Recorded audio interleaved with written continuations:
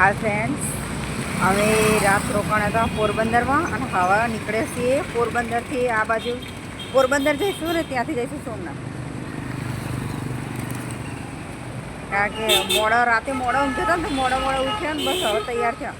આજે પાછળ Krishna guest house ને એમાં રોકાણ હતા ને હવે બસ નીકળે છીએ. હવે નાસ્તો કરીને આગળ નીકળી જઈશું.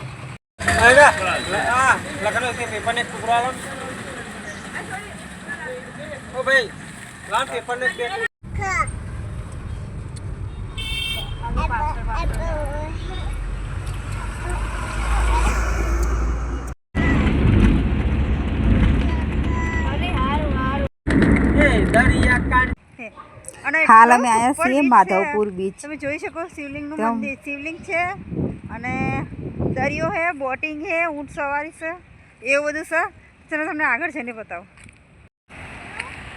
ના જવાય, બહુ ભૂવા આવે. જો ચલો ત્યાં જવાનું, ત્યાં જવા બધા. ચલો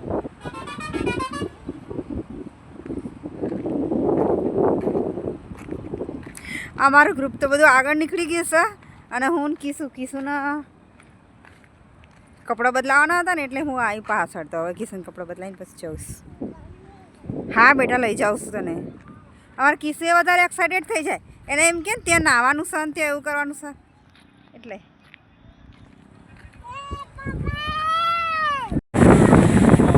અલે આ બીજું આવ્યું, મોટું આવ્યું.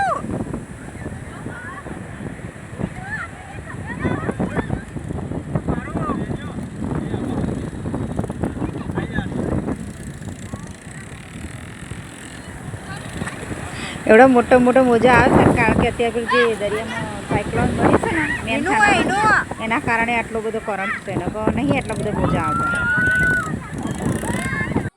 અને આ બાજુ તો વરસાદ બી ચાલુ જ છે.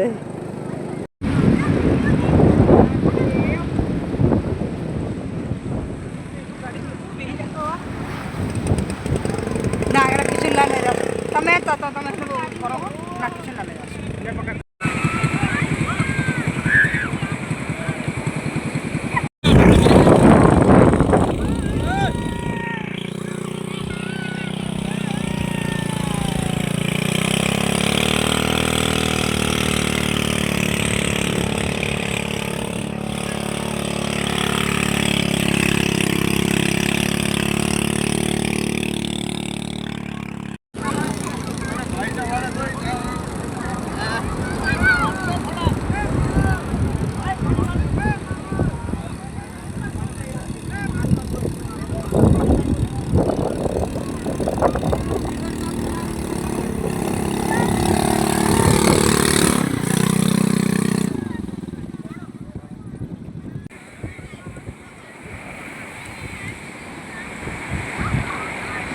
અત્યારે દરિયો તો એટલો હિલોડે ચડ્યો હજી પણ આમ મજા આવે, બીક બી લાગે.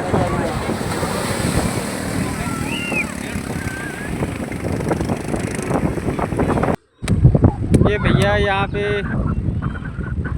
नारियल काट रहे हैं और ये मैडम को दे रहे हैं.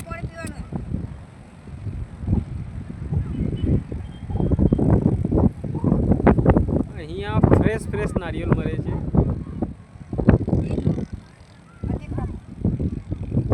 જો ના આખું પી જાય એનું તું જોજે. હા તો કાપો તો ના, મારી નાની ગુડિયા તો જોવો પાછળ. કીટુ એને બસ રેતીમાં જ મસ્ત.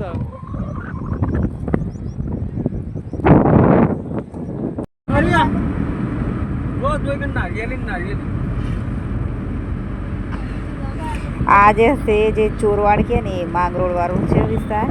ત્યાં તો એટલા એરિયામાં તો નકરી નારિયેળના જ ઝાડ જોવા મળે. નારિયેળ, ખજૂરી, બસ એ સિવાયનું ખાતું